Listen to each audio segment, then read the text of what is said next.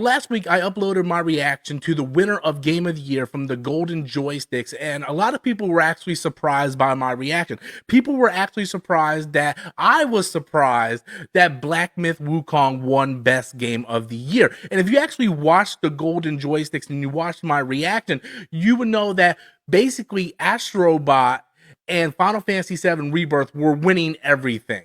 And when I didn't see Astrobot in the top 5 breakdown of Game of the Year, I automatically assumed it was Astrobot, and that's only because those two games were winning everything. Not to say Black Myth Wukong didn't deserve Game of the Year, it just wasn't what was happening in the event. The whole 2-hour event, it was Astrobot, Final Fantasy Rebirth. So with that said, I did a thing this past weekend, and I actually fired up Black Myth Wukong and gave it a try. So I finally played the game. Here are my initial thoughts on Black Myth Wukong. Now take this with a huge grain of salt because I'm very early into the game, but due to the basic response of my reaction, I was really interested to give this game a shot. It's been in my backlog for like months now. I just haven't had a chance to fire it up. But with that said, after that reaction, after that response, I wanted to fire up and see what the big deal was.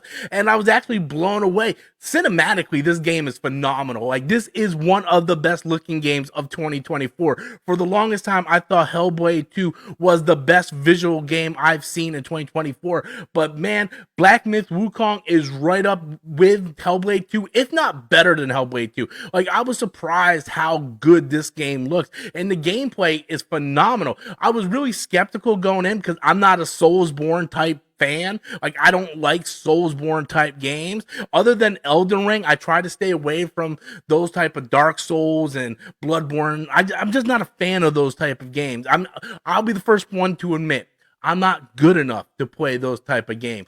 But I did fire this up, and I really enjoy what I've been playing so far. I'm super early into the game. I did basically the prologue, started chapter 1, and right now I'm just kind of going through the first level of chapter 1 and just kind of like level grinding and building up my character, because what I really like about this game is you can build up your stats to make your character stronger, which makes it easier on you as you go to fight other bosses. So as I am finishing up Resident Evil 4 Remake and trying to finish up the games I've already started, I figured, hey, I'm going to take this game, I'm going to play it on my Steam Deck, level grind a little bit, and just kind of give it like some time to marinate and then actually dive full into the game, probably on Twitch, to be honest with you. But due to the reaction of my reaction, I was really kind of interested to see what this game was all about, and I am pleasantly surprised by it. Like, I think the mechanics is very deep. The amount of stuff that you can do to level up your character to give you an edge into these battles.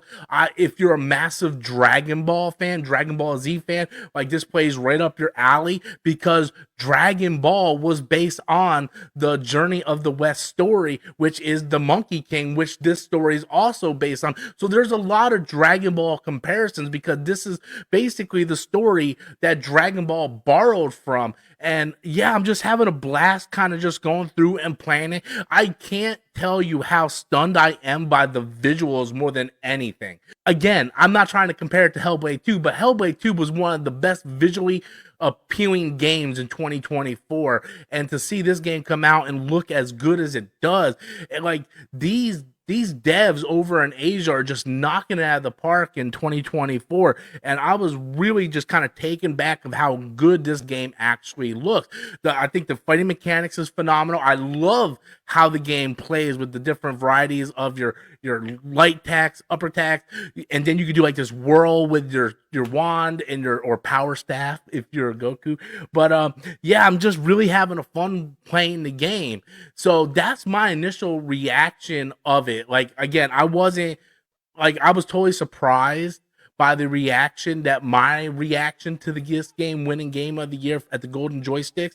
So I had to just fire this up and give it a shot. And I'm personally looking forward to diving deeper into this game and streaming it on Twitch and seeing what this game really kind of has to offer. But my first initial impressions of the game is very positive. I think the gameplay is solid. I think the level up and upgrade mechanics for the main character solid. I think the voice acting, the story, the lore, the first boss battle right out the gate, I thought everything was phenomenal. And I personally am looking forward to see where this game goes and how well it goes during the Jeff Keighley Game Awards, even though, I mean, they allowed DLC, so how credible are they? Anyway, guys, that's my thoughts on Black Myth Wukong. Just started it. Have you played it? Are you interested in checking it out?